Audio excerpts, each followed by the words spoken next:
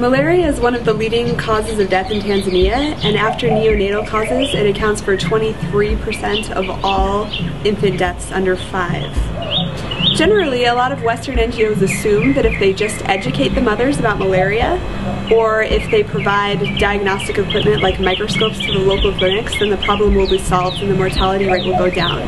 However, this is not necessarily the case because there's a lot of sociocultural, economic, and political factors that go into the treatment of childhood malaria. Mothers in Tanzania generally already know the symptoms of malaria. They know that it's caused by mosquitoes. Some of them can even identify it by the scientific name Plasmodium. The vast majority of the mothers wait at least 48 hours before they bring their febrile child in. So why is this happening? First of all, mothers prefer home treatment, and they do this with aspirin and by sponging the child off to reduce the fever. Now this might be because they know there's going to be a long waiting period at the local clinic, so they want to do something to reduce the severity of their child's fever before they go to the clinic.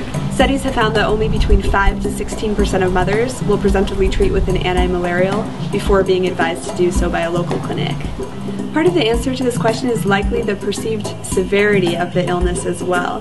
Sometimes mothers believe that their child only has an ordinary fever or a virus, and that if they wait it out that the illness will go away. In the local model of the illness starts out with homa, which means fever in Swahili, and then it can progress to homa kali, which is more severe fever, and then if left untreated it can progress to dege-dege, or cerebral malaria. Another problem is that when malaria is complicated by convulsions, mothers may choose a different treatment path. They may think that when the child is convulsing, they need to be treated by a traditional healer, because they believe that this condition is caused by a spirit that takes the form of a bird and comes and casts its shadow on a child on a moonlit night. Another belief that may hinder the treatment of malaria for these children under 5 is that a lot of the mothers believe that mixing a strong treatment with a strong illness will cause the death of the child. Another problem is communication with the staff. Sometimes the staff will talk down to the mothers, and they can be actually very aggressive when they perceive mothers as taking their child in late. However, usually the reason that the mothers bring their child in late is because they really don't have faith that the clinic has the proper skills or the proper equipment to be able to treat their child. Cost is another factor. Some articles have found that cost is a problem for mothers who want to bring their child to the local clinic, but other articles have found that they only have to pay about 100 Tanzanian shillings, which they regard as their contribution. It's not much more than a bus fee. Another factor is political. The current guidelines in Tanzania are that any child with a fever should be presumptively diagnosed with malaria. So whether or not there are microscopes, whether the microscopes say that the child doesn't have malaria, even if they're slide negative, according to the national policy, they're supposed to diagnose their child with malaria.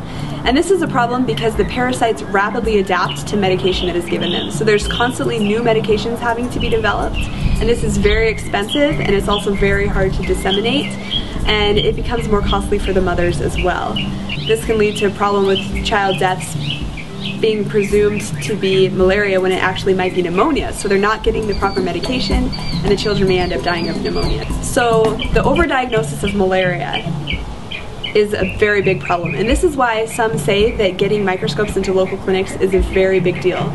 However, another problem is that there's extensive training required to be able to correctly read these microscopes, and so this requires a lot more money in addition to just the technology if we want to reduce childhood mortality. Another problem is the time at which the child gets sick. If a child gets sick with severe malaria during the weekends or at nighttime or on a holiday, then the local dispensary will likely be closed, and so the mother has no choice but to either run to a traditional healer or to take their child to the hospital, and the hospital will likely be a couple of hours away, and so she might not even have enough time to get to the hospital before the child dies of malaria. So although most NGOs consider educating the mothers and placing microscopes in local clinics as the main solutions, these might not be sufficient solutions. Rather, solutions might be to help train the staff workers at the clinic. And this could include putting funding into doing rotations with doctors who are in the city, and also to train the Ministry of Health to give more productive, specific, and upbeat feedback when they go to observe the people at these rural clinics.